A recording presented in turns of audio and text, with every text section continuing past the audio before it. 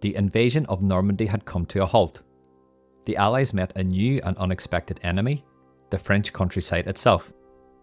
The Bocage was a maze of hedgerows and sunken lanes, where every field was a fortress and every advance was paid for by the yard. To break out and drive deeper into France, the Allies needed Saint-Lô, the crossroads of Lower Normandy. While the American First Army drove on the town from the east side of the Vire, Field Marshal Rommel struck first. He sent the elite Panzer Lehr Division straight at the western flank of the American advance. The Panzer Lehr Division drove for the bridgehead over the Vire, which the 30th Division had taken days earlier. It was the only American foothold across the river and anchored the western flank of the attack on Saint-Lô. The German armour pushed in hard and drove the forward American troops back through the hedgerows. The breakthrough that Rommel wanted had looked like it might come, until the Bocage that once favoured the Germans turned against them. Funnelled into the narrow lanes and unable to manoeuvre between the towering hedgerows, the tanks were caught at close range by dug-in M10 tank destroyers. One by one, the German tanks were knocked out. With the attack faltering and unable to push the Americans back, the Panzer Lehr Division was thrown back into the countryside, having been crippled by its losses. The 30th Division and its supporting armour had stopped the attack cold and held the western flank of the American line pushing towards Saint-Lô. That same morning, as Panzer Lehr retreated west of the Vire, the guns had already opened on Hill 192 to the east of Saint-Lô, and the 2nd Division was making its push through the Bocage to capture the German strongpoint.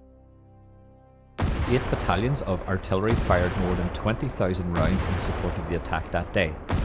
The 2nd Division had come at Hill 192 once already and lost 1,253 men in a few days without taking it. This time it led with everything it had. The infantry started up the slope. Field by field, the only way the Bocage allowed, and every field was a killing ground. The Germans of the 3rd Fallschirmjäger Division had dug into the far banks, where the hedge grew too thick for a man to climb through, and the only way into a field was the gap where a lane or gate broke the bank.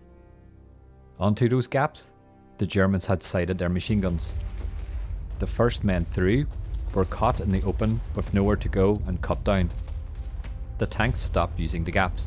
Instead, the engineers had cut fresh passages straight through the embankments, and the armour crashed from one field into the next, no longer climbing the banks and bearing its undersides to the German guns. The infantry came in behind, into the field from a point the Germans had not zeroed. By midday, the hill was taken. Taking the hill was only the first step in taking the town.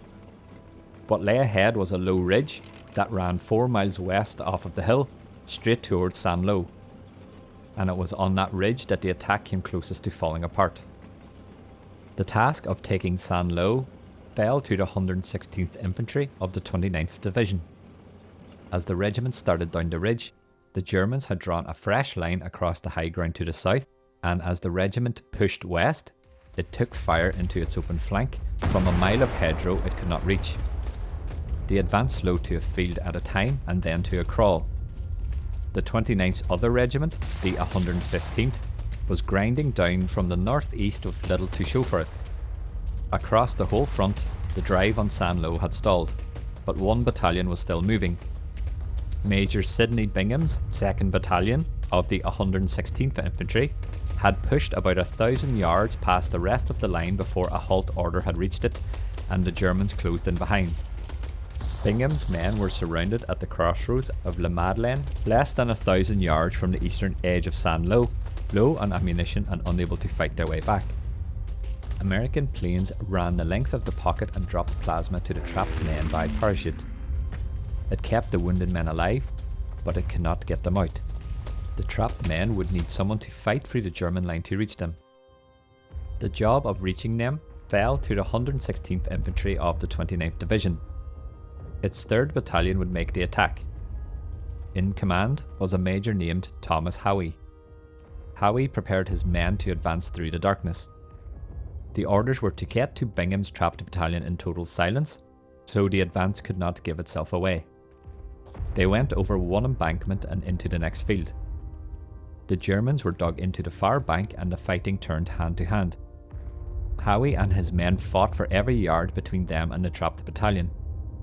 As the light came up, they reached a crossroads and they tied in with Bingham's men. Howie found the 2nd Battalion in bad shape and unable to keep attacking. He gave the order to take his own 3rd Battalion across the last 1,000 yards into St. Lo himself. Just minutes after he reported that his battalion could go on, a German mortar round came down near his command group. A fragment caught him in the back and his executive officer caught him as he fell. He was dead 2 minutes later. Howie was dead, and with him went any chance the 116th Infantry had of taking St. Lo from the ridge. But the 115th Infantry was still grinding down the Isigny Road to the northeast, held short of the town by the last German stronghold on that approach, which was known as Hill 122. The job of taking it had fallen to the 134th Infantry of the 35th Division. 2 nights earlier, they had started up the slope in the dark. They climbed in short rushes through the same fields and hedgerows and sunken lanes that had cost every division before them. Inch by inch, they fought up through the dark towards the crest, pushing the German defenders back. By midnight, the hill was theirs. They held through the night, and by dawn the position was secure, 3,000 yards from the edge of St. Lo. The Germans came back at them twice, and twice they were thrown back down. From the summit, the whole town lay open below. Every road, every position the Germans still held, was sat under American eyes. The Germans had been ordered to hold at all costs, but with the strongholds on the northern and eastern approaches now lost, the defensive line around St. Lo gave way and the Germans started to fall back. The way to St. Lo was open at last. The 115th Infantry of the 29th Division pushed down the Isigny Road from the northeast into the gap the Germans left behind. By afternoon, the door was open. The 29th Division sent a column of 600 men in armour through it, called Task Force C, under Brigadier General Cota. Cota had got the men off the sand at Omaha Beach on D-Day, and this time he led them into St. Lo. They fought through the ruins of the Basse-Coul district towards the bridge. The Germans who were left defended from the rubble, building by building. 1 man in 3 of the task force would become a casualty in the fight for the town. Brigadier General Cota was wounded before the day was out. But the American assault could not be stopped.